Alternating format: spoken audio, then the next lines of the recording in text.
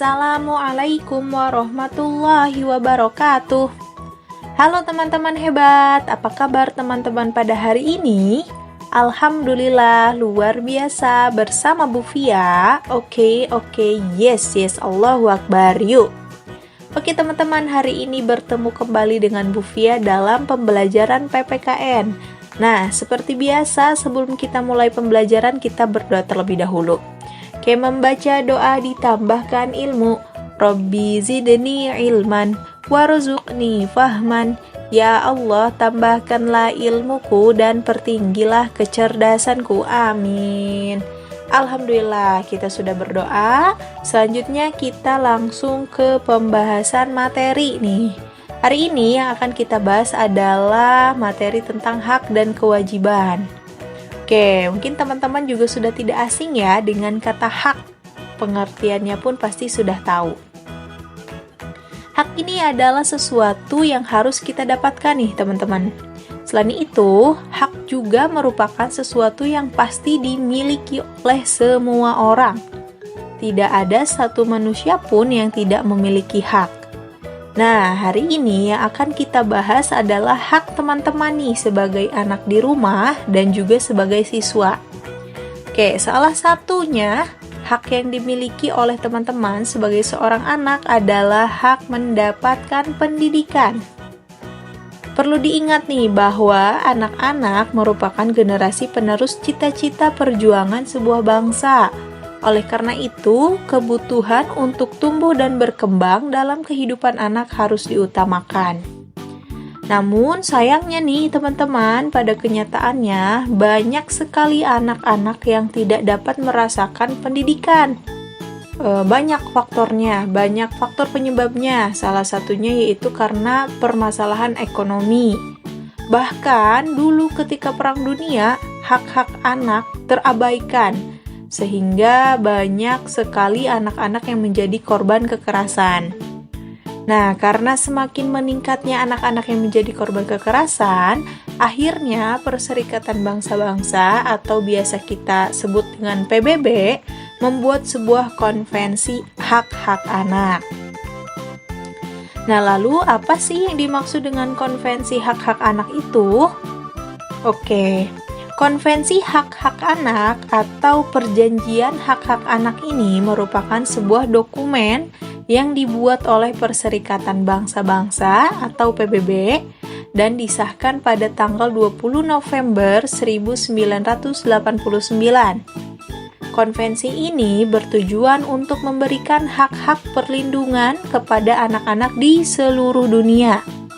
Konvensi ini disetujui oleh para pemimpin negara yang ada di dunia, termasuk salah satunya adalah negara Indonesia.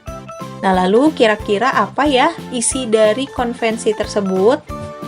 Oke, sama seperti namanya, konvensi hak-hak anak ini berisi penjabaran mengenai apa saja hak-hak yang harus didapatkan oleh seorang anak. Nah, dalam konvensi ini, hak anak dikelompokkan dalam 4 golongan nih, teman-teman. Yang pertama, itu ada hak kelangsungan hidup. Nah, dalam hak ini, seorang anak berhak untuk melestarikan dan mempertahankan hidupnya, serta berhak untuk memperoleh standar kesehatan tertinggi dan perawatan yang sebaik-baiknya. Dalam hak ini, seorang anak berhak tahu siapa orang tuanya, asal-usul keluarga, dan identitas dirinya sendiri. Oke, lanjut lagi yang kedua, ada hak perlindungan, yaitu hak perlindungan dari diskriminasi, eksploitasi, kekerasan, dan keterlantaran. Nah, dalam hak ini, teman-teman nih memiliki hak yang sama untuk melakukan kegiatan keagamaan atau melakukan kegiatan perayaan tradisi lainnya. Sebagai seorang anak, teman-teman juga belum boleh bekerja. Dan teman-teman juga berhak diperlakukan secara baik tanpa kekerasan. Yang ketiga ada hak tumbuh kembang, yaitu hak untuk memperoleh pendidikan dan hak mencapai standar hidup yang layak bagi perkembangan fisik, mental, spiritual, moral, dan sosial. Artinya, teman-teman memiliki hak untuk sekolah, mendapatkan tempat tinggal, mendapatkan makanan dan minuman yang layak. Juga teman-teman memiliki hak untuk bermain dan mendapatkan istirahat yang cukup.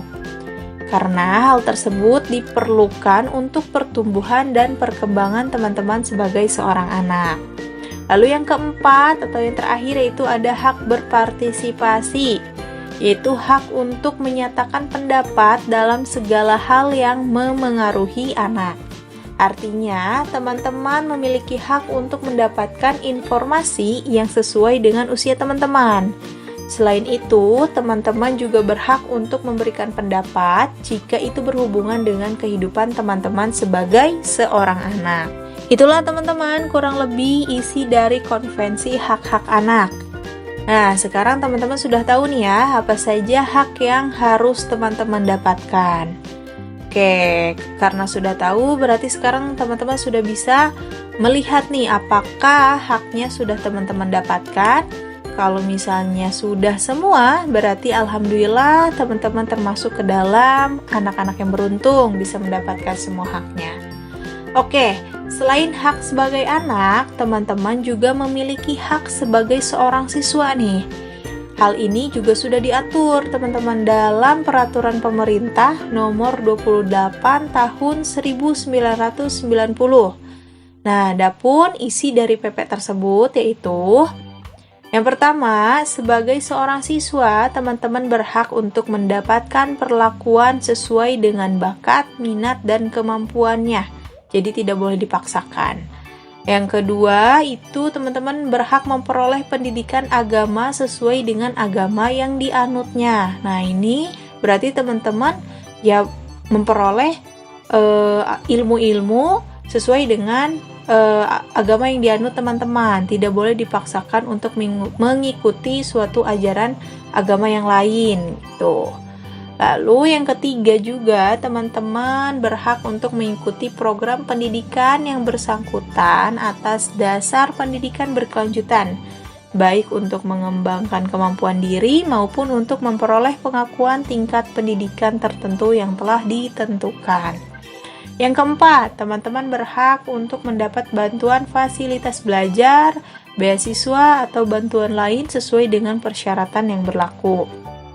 Yang kelima, teman-teman juga berhak untuk pindah sekolah yang sejajar atau yang tingkatnya lebih tinggi sesuai dengan persyaratan penerimaan siswa pada sekolah yang hendak dimasuki. Dan selanjutnya, teman-teman berhak mendapat penilaian hasil belajarnya. Yang ketujuh, teman-teman memiliki hak untuk menyelesaikan program pendidikan lebih awal dari waktu yang ditentukan. Nah, ini berarti akselerasi atau percepatan. Yang kedelapan, ada juga hak mendapat pelayanan khusus bila mana menyandang disabilitas. Nah, jadi semua anak memiliki hak yang sama. Semuanya harus mendapatkan pendidikan sebaik mungkin. Itulah teman-teman hak teman-teman sebagai seorang siswa. Oke, teman-teman, seperti yang sudah teman-teman ketahui pada pembelajaran-pembelajaran yang sebelumnya, untuk mendapatkan hak tentu saja kita harus melakukan kewajiban terlebih dahulu.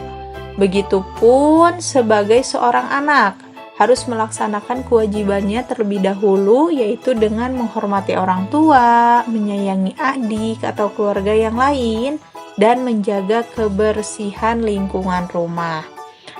Nah, sebagai seorang siswa juga, teman-teman memiliki kewajiban, yaitu seperti bersikap santun kepada guru, mengerjakan ulangan dengan tertib dan jujur pastinya, serta menjaga fasilitas sekolah. Ketika teman-teman melaksanakan kewajiban dan hak dengan seimbang, hal itulah yang dinamakan dengan tanggung jawab. Nah, ayo, kira-kira teman-teman di sini sudah bertanggung jawab atau belum atas hak dan kewajibannya? Bu Fia harapkan semuanya sudah bertanggung jawab ya, teman-teman.